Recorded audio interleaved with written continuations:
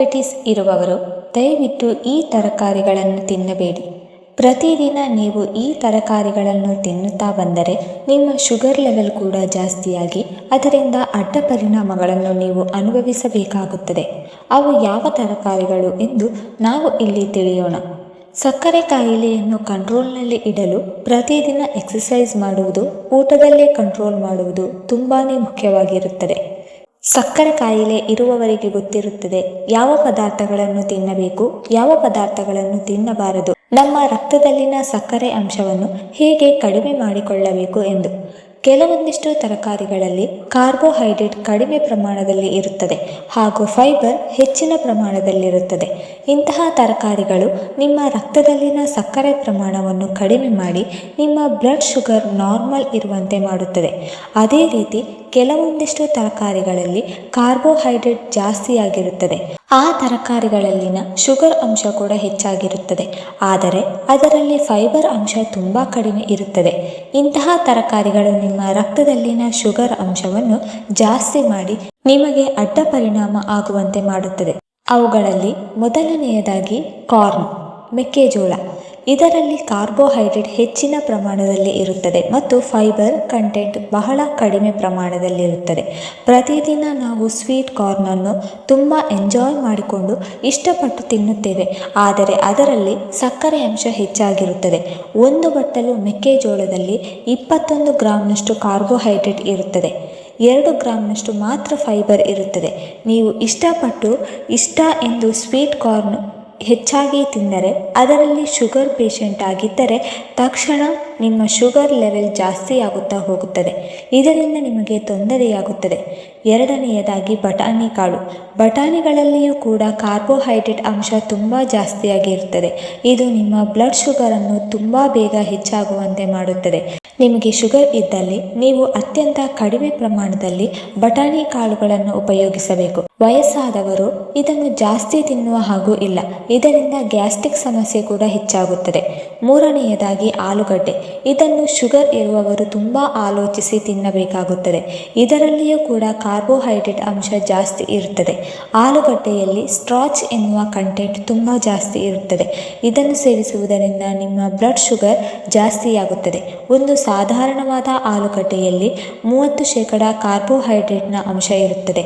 ಕೇವಲ 4%ನಷ್ಟು ಮಾತ್ರ ಫೈಬರ್ ಇರುತ್ತದೆ. ನೀವು ಆಲೂಗಡ್ಡೆಯನ್ನು ಕರಿದು ತಿಂದರೆ, ಫ್ರೆಂಚ್ ಫ್ರೈ ಮಾಡಿಕೊಂಡು ತಿಂದರೆ ಸ್ಟಾರ್ಚ್ನ ಅಂಶ ಮತ್ತಷ್ಟು ಜಾಸ್ತಿಯಾಗುತ್ತದೆ. ನಿಮ್ಮ ದೇಹಕ್ಕೆ ಸಾಕಷ್ಟು ಹಾನಿಯನ್ನು ಉಂಟು ಮಾಡುತ್ತದೆ. ಆದಷ್ಟು ಡಯಾಬಿಟಿಸ್ ಪೇಷಂಟ್ಗಳು ಆಲೂಗಡ್ಡೆಯನ್ನು ಕಡಿಮೆ ಮಾಡುವುದು ಒಳ್ಳೆಯದು. ನಾಲ್ಕನೆಯದಾಗಿ ಸಿಹಿಗೆಣಸು. ಸಿಹಿಗೆಣಸಿನ ಹೆಸರಿನಲ್ಲಿಯೇ ಸಿಹಿ ಇದೆ, ಆದ್ದರಿಂದ ಇದರಲ್ಲಿ ಸಕ್ಕರೆ ಅಂಶ ಹಾಗೂ ಕಾರ್ಬೋಹೈಡ್ರೇಟ್ ಅಂಶ ಜಾಸ್ತಿ ಪ್ರಮಾಣದಲ್ಲಿರುತ್ತದೆ. ಜನ ಕೇಳುತ್ತಾರೆ, ಸಿಹಿಗೆಣಸಿನಲ್ಲಿ ಗ್ಲೈಸೆಮಿಕ್ ಇಂಡೆಕ್ಸ್ ಎನ್ನುವ ಅಂಶ ಇರುತ್ತದೆ, ಆರೋಗ್ಯಕ್ಕೆ ಒಳ್ಳೆಯದಲ್ಲವೇ ಎಂದು ಕೇಳುತ್ತಾರೆ. ಆದರೆ ನೀವು ಗ್ಲೈಸೆಮಿಕ್ ಅಂಶವನ್ನು ಮಾತ್ರ ನೋಡಿ ಸಿಹಿಗೆಣಸನ್ನು ಸೇವಿಸುವ ಹಾಗಿಲ್ಲ. ಒಂದೇ ಸಾರಿ ಸಿಹಿಗೆಣಸನ್ನು ತಿಂದ ತಕ್ಷಣ ನಿಮ್ಮ ಶುಗರ್ ಲೆವೆಲ್ ಜಾಸ್ತಿ ಆಗುವುದಿಲ್ಲ, ಆದರೆ ನಿಧಾನವಾಗಿ ಕ್ರಮೇಣವಾಗಿ ಜಾಸ್ತಿಯಾಗುತ್ತಾ ಹೋಗುತ್ತದೆ. ಐದನೆಯದಾಗಿ ತರಕಾರಿಗಳ ಜ್ಯೂಸ್. ಸಾಕಷ್ಟು ಜನ ಯೋಚಿಸುವುದೇನೆಂದರೆ, ತರಕಾರಿಗಳ ಜ್ಯೂಸನ್ನು ಸೇವಿಸುವುದರಿಂದ ನಮ್ಮ ಶುಗರ್ ಲೆವೆಲ್ ಜಾಸ್ತಿಯಾಗುವುದಿಲ್ಲ, ಕೇವಲ ಹಣ್ಣುಗಳ ಜ್ಯೂಸ್ ಕುಡಿಯುವುದರಿಂದ ಶುಗರ್ ಜಾಸ್ತಿಯಾಗುತ್ತದೆ ಎಂದು ತಿಳಿದುಕೊಂಡಿರುತ್ತಾರೆ. ಆದರೆ ಇದು ನಿಮ್ಮ ತಪ್ಪಾದ ತಿಳುವಳಿಕೆ. ನಿಮಗೆ ಗೊತ್ತಿಲ್ಲ, ಕೆಲವೊಂದಿಷ್ಟು ತರಕಾರಿಗಳ ಜ್ಯೂಸ್ ಕುಡಿಯುವುದರಿಂದ ಶುಗರ್ ಲೆವೆಲ್ ಹೆಚ್ಚಾಗುತ್ತದೆ. ಒಂದಿಷ್ಟು ತರಕಾರಿಗಳು ಇರುತ್ತದೆ, ಅವುಗಳು ನಿಮ್ಮ ಬ್ಲಡ್ ಶುಗರನ್ನು ಕಡಿಮೆ ಮಾಡುತ್ತದೆ. ಅಂತಹ ತರಕಾರಿಗಳ ಜ್ಯೂಸ್ಗಳನ್ನು ನೀವು ಕುಡಿಯಬಹುದು. ಉದಾಹರಣೆಗೆ ಹಾಗಲಕಾಯಿ ಜ್ಯೂಸ್ ಮತ್ತು ಬೆಟ್ಟದ ನೆಲ್ಲಿಕಾಯಿ ಜ್ಯೂಸ್ ಕುಡಿಯುವುದರಿಂದ ನಿಮ್ಮ ಶುಗರ್ ಲೆವೆಲ್ ಕಡಿಮೆಯಾಗುತ್ತದೆ. ಆರನೆಯದಾಗಿ ಕ್ಯಾರೆಟ್. ಕ್ಯಾರೆಟ್ ಕೂಡ ನಿಮ್ಮ ಬ್ಲಡ್ ಶುಗರನ್ನು ಹೆಚ್ಚಿಸುವಲ್ಲಿ ಪ್ರಮುಖ ಪಾತ್ರ ವಹಿಸುತ್ತದೆ. ಕ್ಯಾರೆಟ್ನಲ್ಲಿ ಸ್ಟಾರ್ಚ್ ಅಂಶ ಇರುವುದಿಲ್ಲ, ಆದರೆ ನೈಸರ್ಗಿಕವಾದ ಸಕ್ಕರೆ ಅಂಶ ಜಾಸ್ತಿ ಪ್ರಮಾಣದಲ್ಲಿರುತ್ತದೆ. ಆದ್ದರಿಂದ ಶುಗರ್ ಇರುವವರು ಕಡಿಮೆ ಪ್ರಮಾಣದಲ್ಲಿ ಕ್ಯಾರೆಟ್ ಅನ್ನು ಬಳಸಬೇಕು. ಏಳನೆಯದಾಗಿ ಬಿಳಿ ಅಕ್ಕಿ. ಅಕ್ಕಿ ತರಕಾರಿ ಏನೂ ಅಲ್ಲ, ಜನರು ಅಕ್ಕಿಯನ್ನು ಅಥವಾ ಅನ್ನವನ್ನು ಹೆಚ್ಚಾಗಿ ಸೇವಿಸುತ್ತಾರೆ. ಕಾಮನ್ ಆಗಿ ಎಲ್ಲರೂ ಹೆಚ್ಚಾಗಿ ಸೇವಿಸುತ್ತಾರೆ. ಅನ್ನದಲ್ಲಿ ಗ್ಲೈಸೆಮಿಕ್ ಇಂಡೆಕ್ಸ್ ಜಾಸ್ತಿ ಪ್ರಮಾಣದಲ್ಲಿ ಇರುತ್ತದೆ. ಇದರಲ್ಲಿ ಫೈಬರ್ ಅಂಶ ತುಂಬ ಕಡಿಮೆ ಪ್ರಮಾಣದಲ್ಲಿರುತ್ತದೆ. ಇದನ್ನು ಶುಗರ್ ಇರುವವರು ಸೇವಿಸುವುದರಿಂದ ತಕ್ಷಣ ಶುಗರ್ ಲೆವೆಲ್ ಹೆಚ್ಚಾಗುತ್ತದೆ. ಶುಗರ್ ಇರುವವರು ಅನ್ನವನ್ನು ಹೇಗೆ ಸೇವಿಸಬೇಕು ಎಂದರೆ, ಅನ್ನವನ್ನು ಮಾಡುವಾಗ ಮೇಲೆ ಒಂದು ಬಿಳಿಯಾದ ಪದರ ಬರುತ್ತದೆ. ಅದರಲ್ಲಿ ಸ್ಟಾರ್ಚ್ ಅಂಶ ಇರುತ್ತದೆ. ಆ ಅಂಶವನ್ನು ತೆಗೆದುಹಾಕಿ ನಂತರ ನೀವು ಅನ್ನವನ್ನು ಸೇವಿಸಬಹುದು. ಅನ್ನವನ್ನು ಸೇವಿಸುವ ಬದಲು ಸಜ್ಜೆ ಅಥವಾ ನವಣೆ ಅಕ್ಕಿಯನ್ನು ನೀವು ಸೇವಿಸಬಹುದು. ಇದರಿಂದ ನಿಮ್ಮ ಶುಗರ್ ಕಂಟ್ರೋಲನ್ನು ತುಂಬ ಸುಲಭವಾಗಿ ಮಾಡಬಹುದು. 8ನೇದಾಗಿ ವೈಟ್ ಬ್ರೆಡ್. ಇದು ಕೂಡ ತರಕಾರಿಯಲ್ಲ, ಆದರೆ ವೆಜಿಟೇರಿಯನ್ಸ್ ಎಲ್ಲರೂ ವೈಟ್ ಬ್ರೆಡ್ಡನ್ನು ಸಾಮಾನ್ಯವಾಗಿ ಅಧಿಕ ಪ್ರಮಾಣದಲ್ಲಿ ತಿನ್ನುತ್ತಾರೆ. ಆದ್ದರಿಂದ ನಾವು ಇದರ ಬಗ್ಗೆ ಹೇಳುತ್ತಿದ್ದೇವೆ. ನಮ್ಮ ದೇಹಕ್ಕೆ ತುಂಬ ಅಡ್ಡ ಪರಿಣಾಮಗಳು ಉಂಟು ಮಾಡುತ್ತದೆ. ವೈಟ್ ಬ್ರೆಡ್ನಲ್ಲಿ ಗ್ಲೈಸೆಮಿಕ್ ಇಂಡೆಕ್ಸ್ ಸ್ಟಾರ್ಚ್ ಜಾಸ್ತಿ ಪ್ರಮಾಣದಲ್ಲಿ ಇರುತ್ತದೆ. ವೈಟ್ ಬ್ರೆಡ್ನಲ್ಲಿ ಫೈಬರ್ ಅಂಶ ಇರುವುದೇ ಇಲ್ಲ. ಬ್ರೆಡ್ ಮಾಡುವಾಗ ಸಾಕಷ್ಟು ಟ್ರಾನ್ಸ್ಫಾರ್ಮಗಳನ್ನು ಬಳಸಲಾಗುತ್ತದೆ. ಇದರಲ್ಲಿ ಸಕ್ಕರೆ ಪ್ರಮಾಣ ಜಾಸ್ತಿ ಇರುತ್ತದೆ.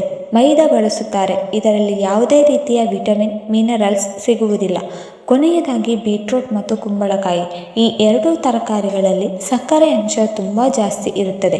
ಇವುಗಳಲ್ಲಿ ಜಾಸ್ತಿ ಪ್ರಮಾಣದಲ್ಲಿ ಕಾರ್ಬೋಹೈಡ್ರೇಟ್ ಇರುತ್ತದೆ. ಇದರಿಂದಾಗಿ ಶುಗರ್ ಲೆವೆಲ್ ಹೆಚ್ಚಾಗುವಂತೆ ಮಾಡುತ್ತದೆ. ಒಂದಿಷ್ಟು ಜನ ಬೀಟ್ರೂಟ್ ಹಾಗೂ ಕುಂಬಳಕಾಯಿ ಜ್ಯೂಸ್ ಮಾಡಿಕೊಂಡು ಕುಡಿಯುತ್ತಾರೆ. ಆ ತಪ್ಪನ್ನು ಶುಗರ್ ಇರುವವರು ಎಂದಿಗೂ ಮಾಡಬೇಡಿ. ಈ 10 ತರಕಾರಿಗಳು ಶುಗರ್ ಇರುವ ಪೇಷಂಟ್ಗಳಿಗೆ ಬಹಳ ಕೆಟ್ಟ ಪರಿಣಾಮವನ್ನು ಉಂಟು ಮಾಡುತ್ತದೆ. ನಾವು ಹೇಳುವುದೇನೆಂದರೆ, ಈ ತರಕಾರಿಗಳನ್ನು ಪೂರ್ತಿಯಾಗಿ ಬಿಡುವ ಅವಶ್ಯಕತೆ ಇಲ್ಲ. ಆದರೆ ಡಯಟ್ ರೀತಿ ಫಾಲೋ ಮಾಡುವುದರಿಂದ ಯಾವುದೇ ತೊಂದರೆ ಆಗುವುದಿಲ್ಲ. ಬೇರೆ ತರಕಾರಿಗಳ ಜೊತೆ ಮಿಕ್ಸ್ ಮಾಡಿಕೊಂಡು ತಿನ್ನುವುದರಿಂದ ಅದರ ಪ್ರಮಾಣ ಕೂಡ ಕಡಿಮೆ ಇರುತ್ತದೆ. ತೊಂದರೆ ಕೂಡ ಕಡಿಮೆಯಾಗುತ್ತದೆ. ನಿಮಗೆ ಅನಿಸಬಹುದು, ನಾನು ಎಲ್ಲ ಡಯಟ್ ಮಾಡಿದರೂ, ಅನ್ನವನ್ನು ಬಿಟ್ಟರೂ, ಕೇವಲ ತರಕಾರಿಗಳನ್ನು ತಿಂದರೂ ಕೂಡ ನನ್ನ ಶುಗರ್ ಲೆವೆಲ್ ಏಕೆ ಹೆಚ್ಚಾಗುತ್ತಿದೆ ಎಂದು. ಆದರೆ ನಿಮಗೆ ಅರಿವಿಲ್ಲದೆ ಈ ತರಕಾರಿಗಳನ್ನು ನೀವು ಊಟದಲ್ಲಿ ಹೆಚ್ಚಾಗಿ ಬಳಸುತ್ತಿದ್ದರೆ ನಿಮ್ಮ ಶುಗರ್ ಲೆವೆಲ್ ಕೂಡ ಹೆಚ್ಚಾಗುತ್ತದೆ. ಅದು ಕಂಟ್ರೋಲ್ ಆಗುವುದೇ ಇಲ್ಲ. ಅದರ ಕಾರಣ ಗೊತ್ತಿಲ್ಲದೆ ಆ ತರಕಾರಿಗಳನ್ನು ತಿನ್ನಬೇಕು ಎಂದು ಎಲ್ಲ ತರಕಾರಿಗಳನ್ನು ನೀವು ಸೇವಿಸುತ್ತೀರಿ. ಸಕ್ಕರೆ ಅಂಶ, ಕಾರ್ಬೋಹೈಡ್ರೇಟ್ಸ್ ಹೆಚ್ಚಾಗಿರುವ ತರಕಾರಿಗಳನ್ನು ತಿಂದರೆ ಶುಗರ್ ಯಾವಾಗ ಕಂಟ್ರೋಲ್ ಆಗಬೇಕು? ಇದರಿಂದಾಗಿ ಶುಗರ್ ಕೂಡ ಕಡಿಮೆಯಾಗುವುದಿಲ್ಲ. ಮೇಲೆ ತಿಳಿಸಿದ ಮಾಹಿತಿಯನ್ನು ನೋಡಿದ ಮೇಲೆ ಶುಗರ್ ಇರುವವರು ಯಾವ ತರಕಾರಿಗಳನ್ನು ತಿನ್ನಬಾರದು ಎನ್ನುವ ಬಗ್ಗೆ ಸಂಪೂರ್ಣವಾದ ಮಾಹಿತಿ ಸಿಕ್ಕಿದೆ ಎಂದುಕೊಳ್ಳುತ್ತೇವೆ. ವೀಕ್ಷಕರೇ, ಈ ಮಾಹಿತಿ ನಿಮಗೆ ಇಷ್ಟವಾಗಿದ್ದಲ್ಲಿ ದಯವಿಟ್ಟು ಲೈಕ್ ಮಾಡಿ, ಶೇರ್ ಮಾಡಿ ಮತ್ತು ಕಮೆಂಟ್ ಮಾಡಿ. ಹಾಗೆ ಮುಂದಿನ ವಿಡಿಯೋಸ್ಗಳಿಗಾಗಿ ನಮ್ಮ ಚಾನಲನ್ನು ಸಬ್ಸ್ಕ್ರೈಬ್ ಮಾಡಿಕೊಳ್ಳಿ. ಧನ್ಯವಾದಗಳು.